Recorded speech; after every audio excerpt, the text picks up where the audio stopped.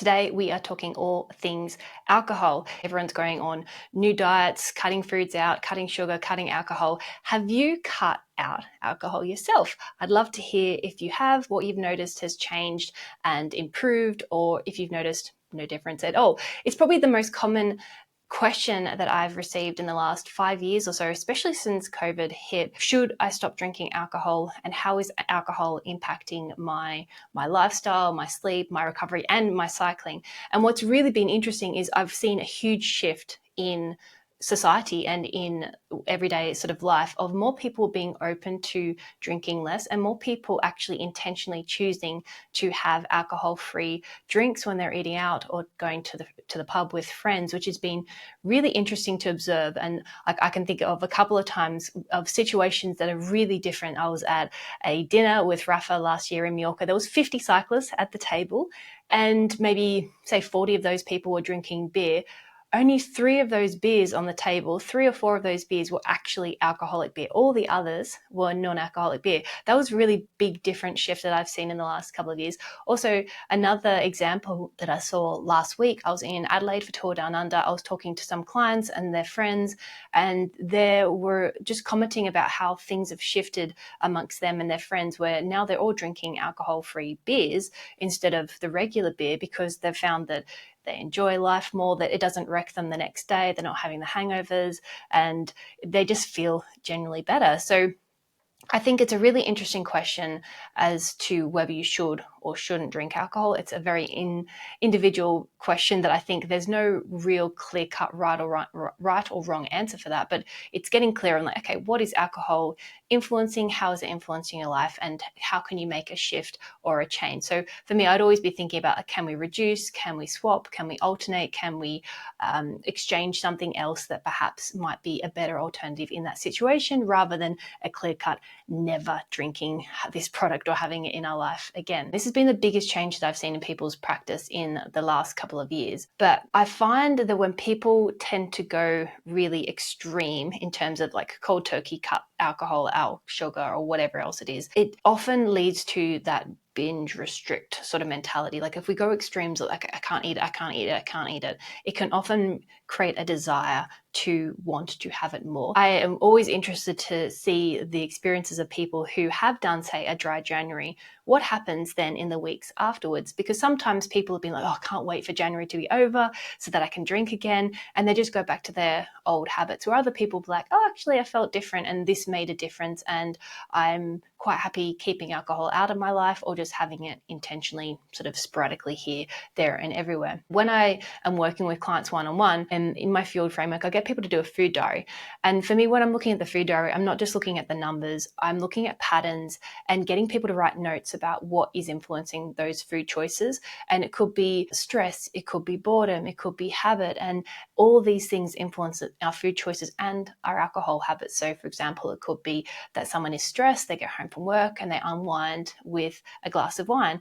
And that's neither good nor bad. It's all about how that fits into their lifestyle, their goals, what they're trying to achieve, the follow-on impact. Does one glass become 2, become 3, become a bottle, become 2?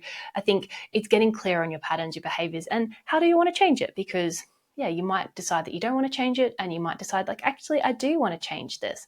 And for me, I find it's a complete waste of time for me to say to someone, stop drinking alcohol, you must cut it out of your life, if they aren't motivated to, if they don't want to cut things out, if they don't want to reduce it. And I don't think it's always necessary to cut it out or to reduce it, unless there's a clear-cut health reason, it's creating extreme harm or risk. Obviously, if someone is pregnant, we do want you to stop drinking alcohol in that period of time while you're pregnant. But if you're not in that situation and you really enjoy that glass, it's being intentional about it and looking, can I alternate or reduce it perhaps if it's contributing energy that I don't want to be having in my life. So I think it's finding ways that you can incorporate it in your everyday life. So for myself, example, I'm about to fly back to Spain today. Had some friends and family come over last night for some very last minute drinks. I had a couple of glasses of wine, but I think that's probably the only alcohol that I've had probably in the last month or 2, and that's my pattern, that's my preferences. Like, I do drink alcohol, I like drinking alcohol, but I drink it very, very infrequently. There's never a hard fast, I never drink, I only drink. I drink when I choose to and when I want to, and when, for me, it's more about quality and enjoying in a social environment. Like, there's always alcohol in my house, but I very rarely drink something on my own. It's more if I've got a friend coming over, open a bottle of wine or have a gin and tonic or a cocktail or something on the terrace in summer. For me, it's more social elements, but I can also go months, if not years sometimes, where I've barely had a drink at all. It's just purely by choice, and that's my personal preference, and that's realistic for me, but that may not be the case for you. So it's always really getting clear about what you prefer, what you like. And so on that note, I think it's always worth being aware of what is an alcohol and the impacts and the things that it does have on you, on your recovery, your sleep quality, and your energy intake. Because I think sometimes people don't recognize just how energy dense alcohol is. So every gram of alcohol has got 7 calories. And for context and for reference, carbs and protein have got 4 calories per gram, and fat has 9 calories per gram. So it's very energy dense. And I like to sort of refer to it as almost essentially like liquid fat in terms of energies. We can have a couple of drinks and all of a sudden our energy intake really, really ramps up without us being aware of it. And I'll hear people saying, like, oh, but it's low carb and it's this and this. I'm like, if it's got alcohol in it, then it's not going to be low calorie, and it's not always necessary. It can be essentially empty calories, but I like to avoid using the word empty calories because food isn't always about numbers. It can be social. And like I was saying before, I had some drinks last night for a goodbye, and that was a social interaction. I could have also chosen not to drink, and I think there was probably one drink that I didn't finish because I wasn't really feeling it, where another one I drank the whole thing. So it's really about being intentional and choosing when you do or don't, and knowing that you don't have to finish it. Like, if you don't like it or you're not really feeling it, you don't have to force yourself to finish it and have this extra energy or this extra alcohol in your system. Like, you get to choose. It's your sort of like choice. The other thing I think with alcohol is that when we are drinking, especially if we're drinking a lot, multiple drinks in a row, multiple drinks in a night out, it tends to reduce our inhibitions. So like, we'll often, it's not always just the alcohol that's the problem if it's a weight issue for someone. It's more what comes with it. So say you go on a night out, you have 3, 4 drinks, 5 drinks, 6 drinks, 7 drinks. I know people that have plenty more when they're on a night out. Then you go to the fish and chip shop or the takeaway shop or the chippy, or get a burger or fried chicken or chips or whatever it is, takeaway on the way home. It's that association together that is actually tends to be more problematic when it comes to weight goals and weight management, is that it's not just the alcohol on its own. It's that if you're having that up regularly, then you're going out, like, you might be getting a whole day's worth of energy in that combination from the higher energy sort of dense sort of foods. And we tend to be more snacky and not conscious or aware or intentional of what we're eating. So if someone is trying to lose weight, I would be looking at alcohol as one thing to perhaps address or to change, not to cut out completely, but being more intentional and mindful. And this is where recording foods and tracking is really valuable, because then you can see it rack up. Because say if we look at different types of alcohols, a typical, like a glass of wine might be anywhere from 130 to 200 calories depending on the size of the glass. So a 175 ml, which is a pretty small glass, that's about 130 calories. A beer could be anywhere from 100 to 200 calories per drink depending on the alcohol content. Obviously, the higher the content of alcohol, the higher the calories, the more energy density it is. I find a really good, guesstimate is just assume that every drink you have, as long as it's got at least 1 shot of alcohol in it, is going to have more or less about 150 calories in it. So if you're having 2 or 3 or 4 drinks in a night, that could be contributing an extra 4, 5, 600 calories per day that you do that, which I find if someone's trying to create an energy deficit to lose weight that's sustainable, it's usually that 200 to 300 calories is a deficit that's sustainable to lose weight without noticing it. Same thing on the flip side, a 200, 300 calorie excess, we don't notice it, but all of a sudden, like, how did I get that extra kilo? Where did that come from? It's from these lots of little things that collectively are adding up. So yes, a glass of 175 ml glass of red wine, or red or white wine, about 130 calories. The whole bottle, if you drink the whole bottle, that's about 570 calories. So that's almost a whole meal's worth of energy. And if you think about when we go on a night out, then we might have a couple of glasses of wine plus the meal. If we're eating at a restaurant, there's typically more fat and more sugar in those meals already. So together, the drinks and our meals, when we're eating out, when we're eating those foods, can be really bumping up our energy intake. Doesn't mean never eat out, doesn't mean never drink, but it's being conscious of this. Is this I do this once a month, once a week, once a year, or am I doing this 3-4 nights a week? And so a lot of the people that I work with, they've got full-time jobs, they've got full-time careers, they're very, very busy people, and they also are training 10, 15, 20 hours a week on top of that full-time job and families and all that sort of stuff. And so if some of those people, they might be lawyers, they might be architects, they're bankers, they're working, these are my amateurs that are clients that I work with, they might often have a lot of travel and a lot of entertainment to work with. And so when you start to see and understand, okay, how is this impacting me? You can then make better choices as to whether you do or don't want to include alcohol, how you will or won't use alcohol in those drinks. And there's also different tools and tricks that we can use to help you reduce your alcohol intake without making a big deal out of it. I know when I was younger, when I had people, it can be often a peer pressure around drinking. It's like, oh, go on, have one, go have one. In Australia, it's pretty good in terms of there's a very strict no drink driving sort of laws. And when people are like, oh, I'm driving, people will step back and be like, okay, yeah, fine, I'll leave it to you. You're driving tonight, that's fine. Interesting, I found in England, people didn't care. They're like, oh, go on, you can have one or two, and would still peer pressure you trying to drink, even if you were driving. And so being aware of your culture and how that sort of stuff is, I think, interesting to see how that influences your drinking, your food sort of choices and stuff. But yeah, going back to different types of drinks, like a gin and tonic, I'll often hear people like, oh, but I'm having spirits, it's low calorie. So again, like by the time you've added the gin and the tonic, like a double gin and tonic is going to be at least 120, 130 calories, no matter what slim, like if you're using slimline tonic, or like the alcohol itself is going to have 60 calories in that. So you add 2 or 3 of those in a night out and it really quickly ramps up. You have a drink like a pina colada, then that's going to be even higher. That's almost like a meal, might be 400 calories. It's not to try and scare you off with these food things or drinks, but it's just being conscious of it. And this is also how and why a lot of people over the Christmas period do tend to gain anywhere from 2 to 5 kilos over a Christmas period, is because we start having all these extra drinks a couple of times a week. We go to Christmas parties, we're having all these extra little nibbles, and without really noticing it, we're having maybe an extra 1,000 calories a day. And that, like, do that once a month or here and there, like we can quite easily sort of overcome that. When that's happening multiple times a week, that surplus does result ultimately in weight gain.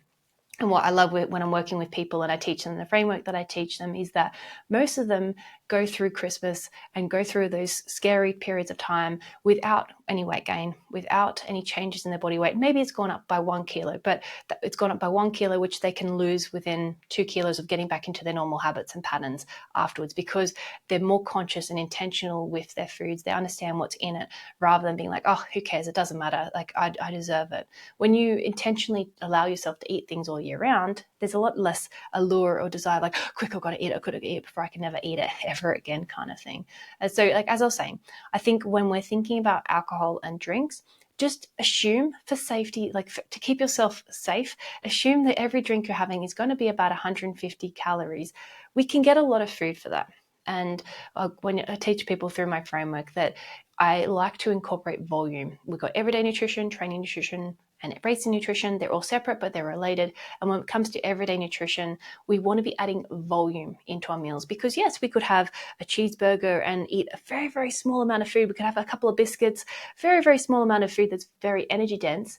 And we could also have this massive salad that looks enormous, but when we actually figure out what's in it, there's hardly any calories there at all. So we can eat so much of it.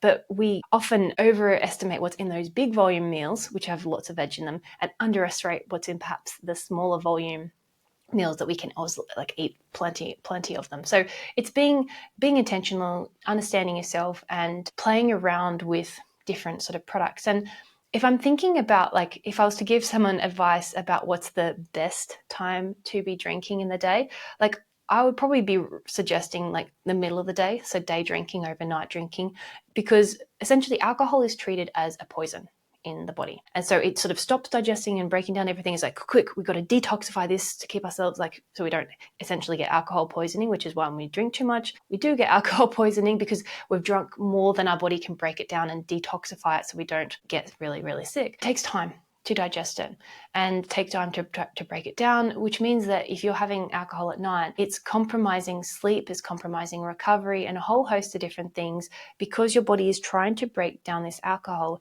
And this, I've seen a lot of clients notice this in practice when they've started recording their food intake and recording their alcohol intake, especially over the COVID sort of period, and using things like the Oura Rings or the Garmin, measuring heart rate variability, looking at their resting heart rate and seeing how it varies when they've had alcohol at all or not all the time of the day. If you have alcohol during the day, like middle of the day, you've got more time to break it down, which means that you can then sleep better and recover better. It comes down to knowing your limits, knowing your boundaries, and understanding how alcohol affects you. So you can then be intentional about whether you choose to or not drink alcohol. So for example, if you've got a really important meeting tomorrow and you know that if you've had a few drinks that your sleep is going to be a bit, then being intentional and deciding I'm not going to drink tonight because it's affecting me tomorrow. It's remembering what you do now is affecting the future. And this can apply for any sort of situation. It also then is getting clear and playing around with and experimenting with alcohol-free options. With beer, I'm not a beer drinker. I don't particularly like the taste of it. I don't mind a dry cider here and there, but I mean, a number of my clients have tried and tested and shared a whole bunch of different alcohol-free beers, which are available all the way around the world. There's more popping up all the time. I've got a couple of infographics of just a handful of them on my website. If you go to gemmasampson.com blog alcohol-free beer or Google it, you'll find it. And I'll post it in the show notes.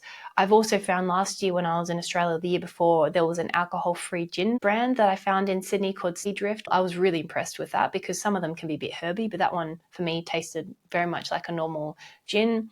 Alternatives, obviously, there are alcohol-free wines on the market. Personally, I wouldn't recommend them because they don't tend to taste anything at all like wine. I think the beer, we can somehow manage to get the taste profile right with wine, but personally, I don't think it's there yet with alcohol. Hopefully, with wine, perhaps in the future it will be. Then obviously, there's a range of different drinks available that are naturally alcohol free. So like kombucha, I think is a great one that you can get more readily available in supermarkets and in bars and in restaurants. There's obviously mocktails tend to be a bit more juice sort of based, or flavored tonics, and even just like sparkling water. It's very common in Europe for people to drink sparkling water and that's all they drink. And so it could be something that you try, that you find that you like the taste of. You might add a bit of cordial, you might add some lime or cucumber for sort of like flavor. But often when it comes to peer pressure, it's the holding the glass in your hand and having something.